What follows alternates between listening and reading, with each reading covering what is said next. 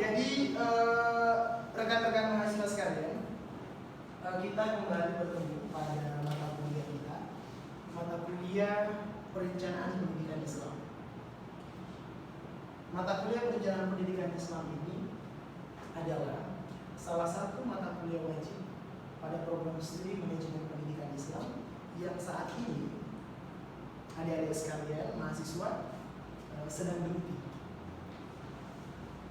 Di semester ini tentu sampai 16 kali pertemuan ke depan kita akan banyak mencari secara mendalam dan meluas tentang seperti apa sih perencanaan pendidikan Islam. Nah, untuk di sesi ini kita tidak akan membahas banyak hal. Kita hanya sekedar ta'arufan dulu tentang mata kuliah perencanaan pendidikan Islam. Hanya sekedar mengenal saja dulu seperti apa perencanaan pendidikan Islam. Tentu sebelum kita masuk lebih jauh pembahasan pada pertemuan kita pada hari ini, terlebih dahulu saya ingin memastikan kehadiran adik-adik sekalian. Tentunya nanti adik-adik bisa mengisi link Google Form yang sudah disediakan. Nanti saya akan mencoba share ke grup WhatsApp yang sudah kita buat. Situ nanti setiap pertemuan adik-adik akan menunjukkan, mengisi hasil pertemuan kita di setiap sesinya. Oke, alhamdulillah di semester ini kita sudah bisa melakukan pembelajaran secara luring. Di semester-semester kemarin kita masih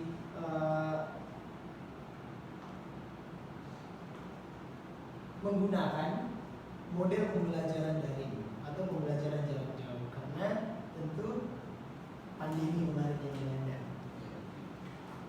Yang saya kira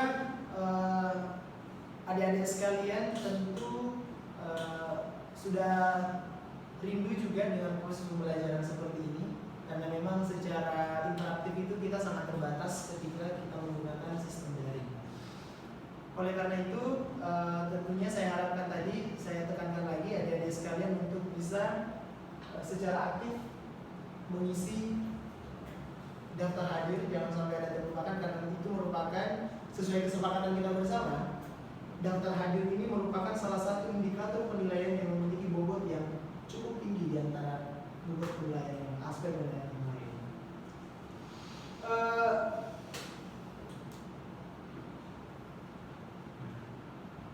Di sini saya minta perhatian kepada adik-adik semua karena sistem pembelajaran kita ini menggunakan slide dengan bantuan pembantuan LCD projector ini.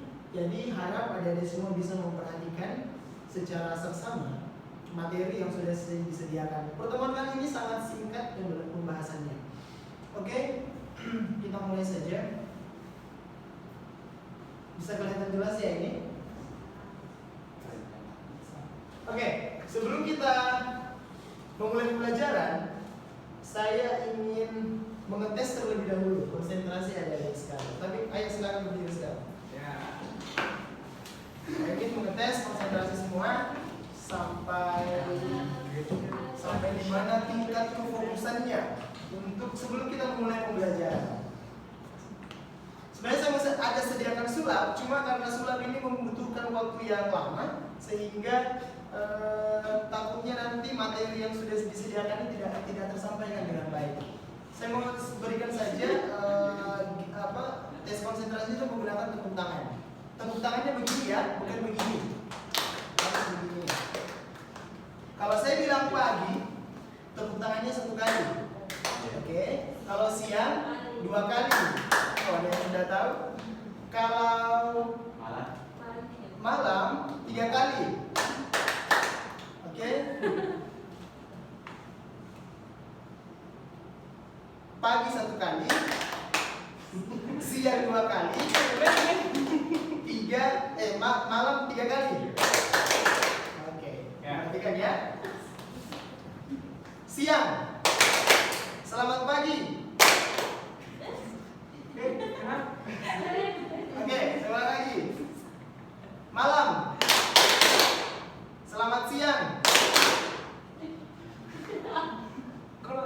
jawab tidak ada. Oke, saya ulangi lagi satu kali. Kalau saya katakan selamat pagi, tepuk tangannya satu kali. Kalau saya bilang siang, 2 kali. Kalau malam, 3 kali. Oke. Selamat siang. Tidak ada. Ya, berarti pokoknya ikuti instruksi. Oh, iya, siap. Oke. Saya ulangi lagi ya. Malam. Selamat pagi.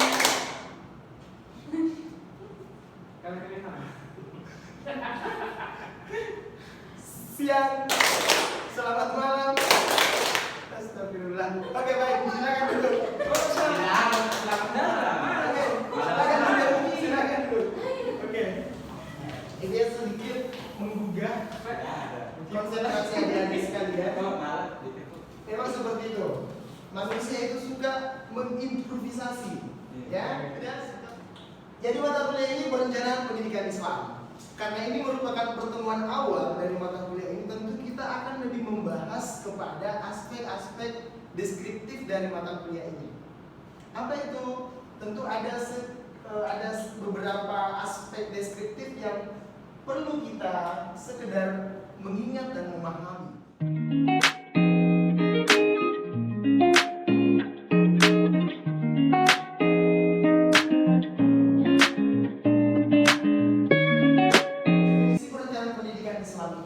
Jadi perencanaan pendidikan Islam dimaknai sebagai sebuah proses pengambilan keputusan atas sejumlah alternatif mencapai tujuan yang dikehendaki serta pemantauan dan penilaiannya atas hasil pelaksanaannya yang dilakukan secara sistematis dan berkesinambungan dalam proses transinternalisasi pengetahuan dan nilai Islam kepada peserta didik melalui upaya pengajaran, pembiasaan, pembimbingan, pengasuhan, pengawasan dan pengembangan potensi peserta didik guna mencapai keselarasan dan kesempurnaan hidup dunia dan akhirat. Jadi perencanaan pendidikan Islam itu secara sederhana bisa dimaknai sebagai langkah awal, atau proses mempersiapkan. Langkah awal atau proses mempersiapkan. Apa yang dipersiapkan? Pengajaran, pembiasaan, bimbingan, pengasuhan, pengawasan dan pengembangan potensi peserta didik. Inilah yang direncanakan atau didesain sedemikian rupa bagaimana caranya supaya dia bisa terinternalisasi atau tertanam ini di dalam benak peserta didik kita.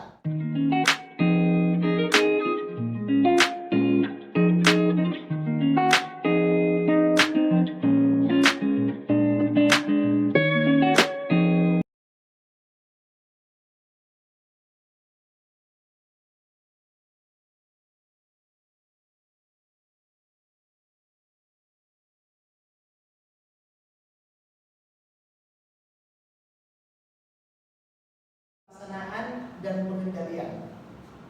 Inilah yang menjadi rujukan kita. Kita mau kemana? Mau kemana? Kalau tujuan kalau kita mau ke Palopo ya rencananya harus ke Palopo, jangan rencananya ke Makassar, supaya sampai pada tujuan kita. Itu merupakan pedoman. Yang kedua, menghindari pemborosan sumber daya. Jadi karena yang dilakukan ini terencana, sudah terukur, dipersiapkan. Kalau contoh, kalau saya mau ke Palopo membutuhkan bensin sekitar 15 liter. Nah, itu sudah bisa diperhitungkan biayanya sekian. Kemudian saya membutuhkan 2 kali makan di sana. Itu sudah terhitung di awal. Jadi kemungkinan pemborosan itu tidak akan terjadi karena semua sudah dipersiapkan. Karena kita takut, oh ini nanti kalau saya makan di sini, makan 3 kali bensin saya tidak cukup. Itu analogi sederhana dari fungsi perencanaan pendidikan Islam. Yang ketiga, upaya pemenuhan akuntabilitas kelembagaan. Jadi perencanaan pendidikan Islam, melalui perencanaan inilah lembaga kita itu mampu memenuhi yang namanya akuntabilitas. Akuntabilitas itu dapat dipertanggungjawabkan. Akuntabilitas. Karena kenapa memang tadi sudah dihitung sedemikian rupa dia. Ketika dia pada implementasinya tidak sesuai, berarti di sini ada ketidaksesuaian. Berarti prinsip akuntabilitas atau fungsi akuntabilitas ini akan keluar dari hal tersebut. Yang keempat, ada pemetaan atau pemformulasian tujuan yang dipilih untuk dicapai. Jadi di sini fungsi perencanaan pendidikan Islam ini merupakan sebuah momentum di mana segala sesuatunya itu kita kategorisasikan, dipetakan antara satu dengan yang lain. Yang kelima, memudahkan proses identifikasi hambatan dalam upaya mencapai tujuan. Jadi fungsi yang terakhir ini membantu perencanaan, membantu kita mengidentifikasi. Kalau kita lewat sini itu lebih lama, lewat situ ini lebih cepat. Di sini meskipun cepat tapi jalannya jelek. Itu di situ proses kita mengidentifikasi kegiatan-kegiatan yang kita lakukan. Saya lanjut ya.